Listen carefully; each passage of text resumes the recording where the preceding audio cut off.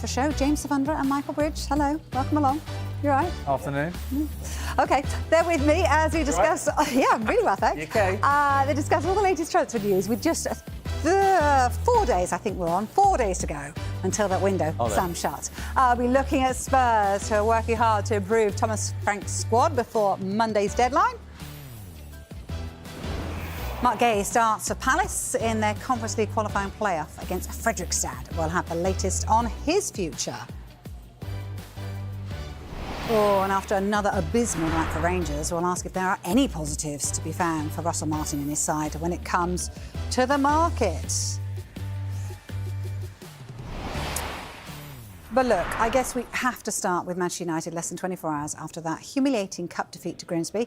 Andre Onana took a fair bit of criticism for his part in the defeat, with United remaining in talks with Royal Antwerp over the signing of Senna Lamens.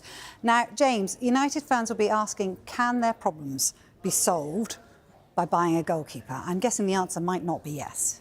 Well, they can't serve all their options, but the issues by signing a goalkeeper. But when you look at the goals they've conceded, there have been 3 matches of the season. 3 of the goals could have been prevented if they had a goalkeeper in there that wasn't making mistakes. And Andre Onana and Altay Bayindir have made a number of errors for Manchester United. Andre Onana has over the course of the 2 years he's been at the club, and with the 2 goals yesterday. And Bayindir doesn't look quite right when it comes to balls coming into the box either via crosses or set pieces. But the thing is, for Manchester United, there's a number of issues there, but you can't solve every single issue you have in one transfer window. You have to prioritise, and what United have done in this transfer window is they've prioritised sorting out their front line, which they've done, signing a striker and 2 wide players as well. They'd like to sign a centre midfielder and a goalkeeper, but you're so heavily restricted when it comes to profit and sustainability. And unfortunately for Manchester United, they've not been very good at selling players. If they were able to sanction departures for the likes of Rasmus Højlund, Jadon Sancho, Anthony, but get really good money for these players, then they would be in a really good position in the final few days of this window, where they could go, right, we know we need a goalkeeper, let's go and get the best one in the world, let's go and get Donnarumma. Everyone in the world wants to sign him. But because United can't sell well at this moment in time, they can't attack the final days of this transfer window, because they'd leave themselves in a situation whereby, to comply with PSR, if they don't sell these players and get good money, they'd have to then try to sell them in January, where clubs know they're desperate to sell them. They wouldn't be able to buy players in January. Or they'd have to try and sell them before the 30th of June next summer, where clubs know they're absolutely desperate to get rid of them to avoid breaching profit and sustainability rules. We know they remain in talks with Royal Antwerp around the signing of Senna Lamens, but he wouldn't immediately come in and be United's number one. That's not our understanding. He's 23 years of age. He's a goalkeeper that Amorim's admired for a long period of time. He's looked at him since he was at Sporting, in fact. But he's been seen as somebody that can come and compete for the number 1 jersey. I think if you ask Manchester United fans, this game against Burnley this weekend, they'd want Tom Heaton to start in goal. If you did a poll right now, they'd want Tom Heaton starting goal. That's how little confidence they have in the goalkeepers they have there right now. But in terms of United going after somebody who's going to come in and be a number 1 straight away, unfortunately, at this moment in time, it looks that is going to be pretty much impossible for them to do before Monday night. Yeah, and as James was stressing there, it's only like 4 days left in this window, so tough times in the market at the moment. Yeah, but I mean, for the last few weeks, we've been saying Manchester United fans should be happy. They've got a new front 3, you know, Benjamin Sesko, Brian Mbeumo, Matthias Cunha. Cunha and Mbeumo are part of the US tour, so not exactly new anymore. They've been part of it for the last few weeks. So I was just more alarmed by Amorim's comments post-match about the squad and what, you know, listening to him, and he was so downbeat. I mean, he's done this before, and he's obviously said last season it was the worst Man United side, but this is supposed to be a fresh start. I think what it does tell you is that if he's part of this, that this is going to take some time. And as James mentioned, that this is just only one other transfer window. You can only do so much. And OK, he said like they're not equipped for Europe this season. This is Manchester United Football Club, for goodness sake. We're about to do the Champions League draw in an hour with 5 teams. Then you've got Europa League, Conference. To not have Man United in it, what on earth is going on? Now, they're not in the League Cup now, so there's a likelihood that they're going to play least amount of games than any team in the Premier League this season. There's really no excuses going forward, so it'll be an interesting next few days. But on the front of it, they were happy with what they brought in so far, but clearly they need more. Yeah, because not many managers will, you know, come in and then revamp everywhere and get, you know, build a whole new squad. You know, that's what he's doing. He's putting in players, you know, importantly in their places. And like you say, built the front three. What about the midfield then? Because obviously there's lots of speculation about that. We've heard Mainoo maybe leaving as well. I mean, what about Carlos Baleba? Is there any chance that he could be coming in? I don't think so. There was always a feeling this was going to be a really difficult deal for Manchester United to do for a number of reasons. Some we've already stated in terms of United's position. Financially, the club are in a great position, but in terms of profit and sustainability, they need to comply with that. And having spent what they have this summer, they need to get in some money when it comes to player sales. And because they've been unable to do that, they've not been in a situation where they could realistically go to Brighton with an offer that Brighton would deem acceptable. And the other reason why Carlos Baleba wouldn't go to Manchester United is because Brighton feel he's not for sale. And we look at Brighton's outgoings over the course of the last few seasons. They've only sold players when it's been right for them, the player, and in terms of the money they're after. So Moises Caicedo went for around £115 million 2 years ago. So that's what you're sort of looking at. I'm not saying that's what they'd be looking for, but you could argue Carlos Baleba is further ahead in his football development than Moises Caicedo was when he departed. Regardless, it's not going to be a cheap deal to do. And because United have had such a bad summer in terms of outgoing so far, things may change, but they've had those players who've been training on their own. That list of 5 players so far, only one of them has gone, Marcus Rashford. That's not even permanent. The good news, they're not paying his wages, but in terms of outgoings, the main outgoings in terms of revenue generated has been the sell-on clause for the likes of Anthony Elanga going to Newcastle. It's not worked out for United. It's been a successful summer in terms of the players they bought in because they beat off competition for a number of clubs to get those 3 forwards. Yeah. But unfortunately, it seems unlikely they're going to be able to get a midfielder who is at the level required to go into that first team right now and make a difference. Yeah, OK. All right, well, look, I think we're going to hear now from Fabian Herzler, because I think he's pretty assured that Baleba's going nowhere. Are you 100% confident that come September the 2nd, Carlos Baleba will still be a Brighton player? Yes. If there's a number more than 100, I even would say more than 100, so I'm confident, yeah. Yeah, I guess there is no more than 100%, is there? But there we are. Look, not long ago, these 3 players were seen as kind of the heartbeats of Manchester United's midfield. Rasmus Højlund, Alejandro Garnacho and Mainoo as well. They could all now be heading out the door, which is potentially disappointing news, you'd have to say, for Manchester United at the moment. Why would they consider then, James, selling someone young, English and talented like Mainoo? What is pretty sad that what felt like something that could have been an iconic image is going to be an image which clubs use and fans use to have a go at Manchester United in terms of look at these players, look what they thought they were going to do and look what they've gone on to do. In terms of why they'd look to sell Mainoo, he's clearly not integral to the first team right now. He doesn't have a natural place in Ruben Amorim's system playing whilst Bruno Fernandes is there, and he would represent pure profit when it comes to profit and sustainability. And I've mentioned the fact that United don't seem to sell well. Well, this would represent pure profit from that point of view. But what was interesting was Ruben Amorim spoke yesterday and he said, I believe in Mainoo more than everybody else thinks, but it's important that he fights for his place in the team. He started yesterday, he played the full game. A number of clubs in the Premier League and in Europe are interested in signing him. At this moment in time, United aren't really open to letting him go. But of course, if a suitable offer comes in, they would definitely consider that right now because of the situation that they're in. We've been told that he's not agitating for a move right now. That's our information. But it's a really difficult one because for Manchester United, the academy is such a huge part of the club. It's the club and the fan base have such a strong affection and affinity with the club academy. And United always have an academy graduate playing in the first team. Since 1937, it's a run of more than 4,000 games. They've always had an academy graduate in the matchday squad. If Garnacho goes, which we think he will, if Mainoo goes, I'm not sure whether he will or not, but that would represent a real shift because United would then be in a situation where they'd be struggling to field a matchday squad with an academy graduate in it. That's not saying that's why you should keep Mainoo, but when you look at what he did when he burst onto the scene at United, it does feel sad that he doesn't feel like there's a natural fit for him in that system. It doesn't look like he's the sort of player to play alongside Bruno Fernandes. Neither does Casemiro, really, and that is why they're in a situation now where they're scratching their head. They signed Manuel Ugarte last summer, and that was felt like this is going to be the person that can really help United from a defensive midfield point of view. You look at him last night against Grimsby. Grimsby went off at half-time. He wasn't great against Arsenal, wasn't brilliant when he came off the bench against Fulham. Some of these signings, you think they're going to be certain successes, but they haven't been, and that's why United are in a situation right now where things don't look as good as perhaps they should do. No, I think it's really sad. And let's say it's a World Cup year, so you think he's going to want to be playing football, isn't he? He's not going to want to come on as a sub. All right, let's turn our attention to Thomas Frank then. He continues to look for ways to strengthen his squad. What's the latest on Xavi Simons then? Well, I mean, over the last few months, we've been talking about him potentially going to Chelsea. And then all of a sudden, we know that Chelsea need to sell players. They have other targets as well, and their key target being Alejandro Garnacho. And then information we got yesterday that there was interest in Xavi Simons. And then our understanding today that he is in London, and his club, RB Leipzig, have given him permission to miss training, to negotiate and move away. So it sounds like they're on good terms with the player. He's only 22 years of age. We know that Spurs are looking for a number 10. You don't need Colombo to tell you that. We know what Tottenham are looking for. We've been saying it weeks after weeks. They want a number 10. They want a left winger.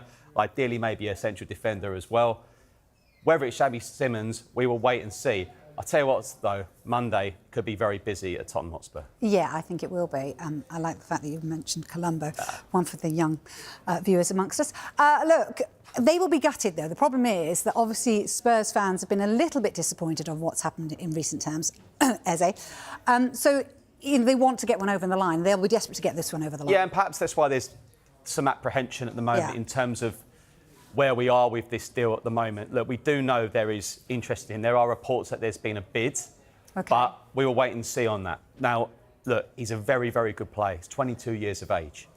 He ticks a lot of boxes, but again, a week ago today, very public, Eze going to Arsenal, not Spurs.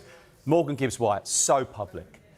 In an ideal, but unfortunately, these are big transfers, big clubs involved. This is going to be public. But look, we know what Spurs want. There's also a number of players that haven't been brought out onto online where there's been names mentioned that haven't gone out publicly yet as well. So if someone said to me the other day, will Spurs bring in a number 10? I was like, yes. It just depends who that player is, because that's the key position they need.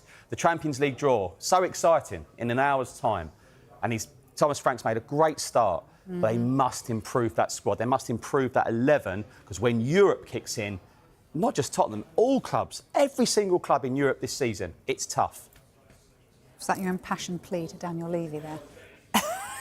No. No, it just sounded a little bit like that. But anyway, I'm not casting aspersions. Let's go to Chelsea now, because they obviously need to sell. That's what it's been all about, paring down this squad still. Christopher Nkunku, on his way, yes? It looks like he is. Finally, they found a club for him and he's found a new destination, because we know that Chelsea and Christopher Nkunku were looking for a permanent deal in this window. There was interest from RB Leipzig and Bayern Munich, who had a loan bid. They wanted to try and do a loan. Chelsea weren't interested in that. So AC Milan have agreed a deal now to sign him from Chelsea. The total amount this transfer is looking like at around £36 million.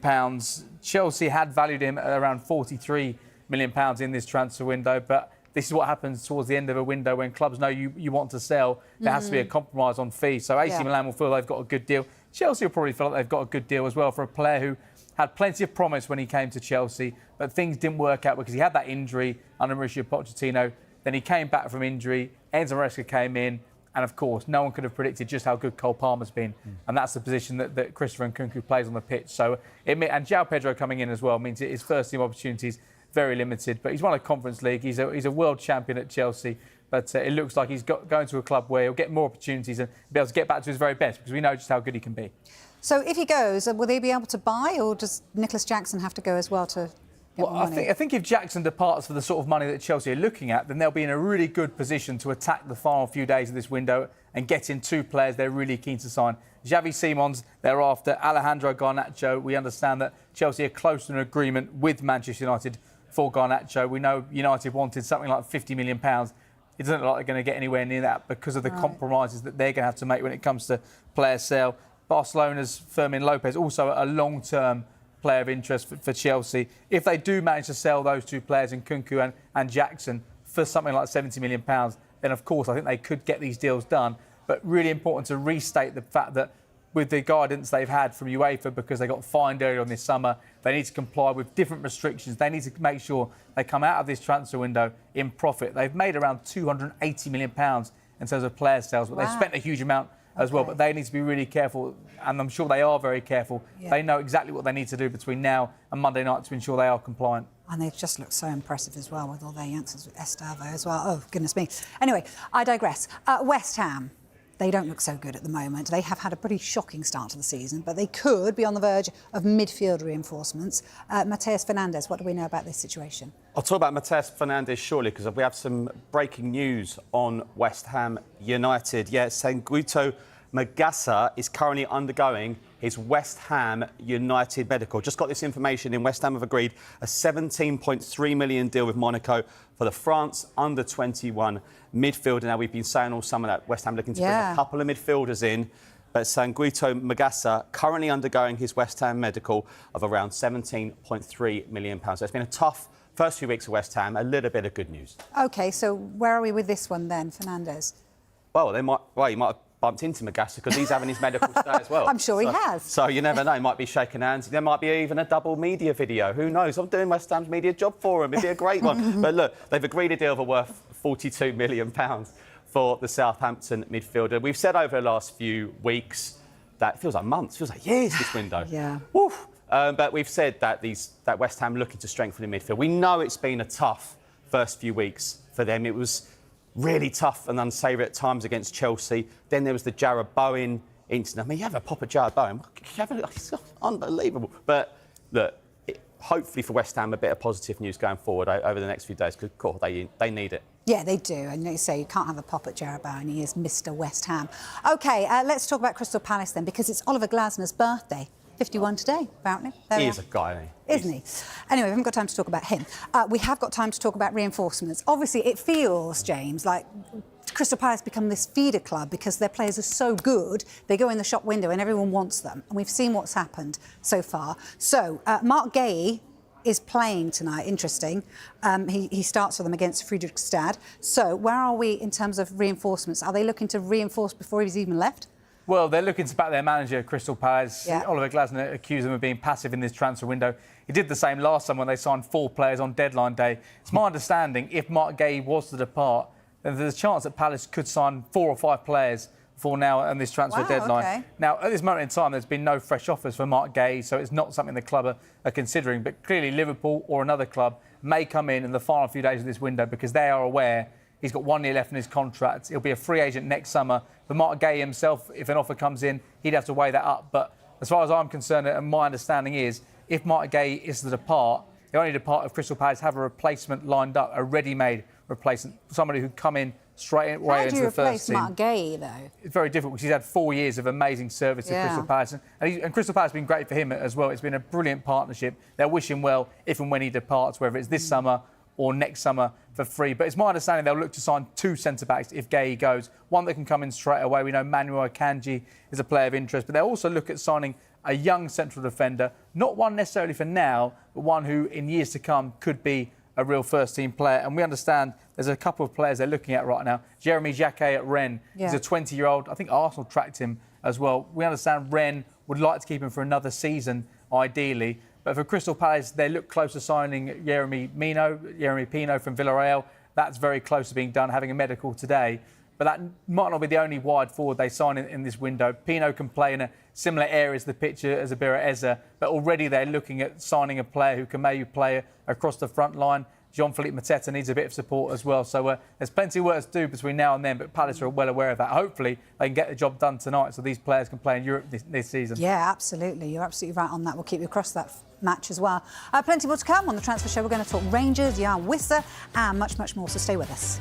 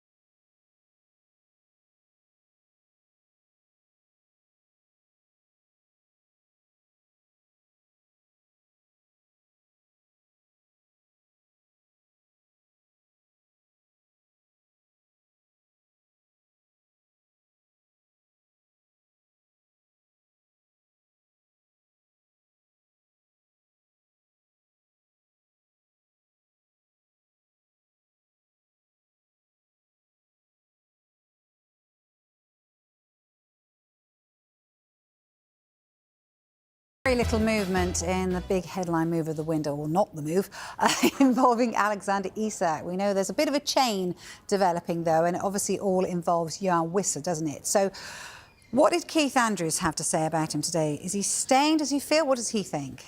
Well, he says he's staying. That's what he thinks at this moment in time. But he says he's not going to be playing this weekend against Sunderland. Now, last week, you'll remember, he was training with the first team. And we thought maybe he could be involved in that game against Aston Villa, but he wasn't in the end.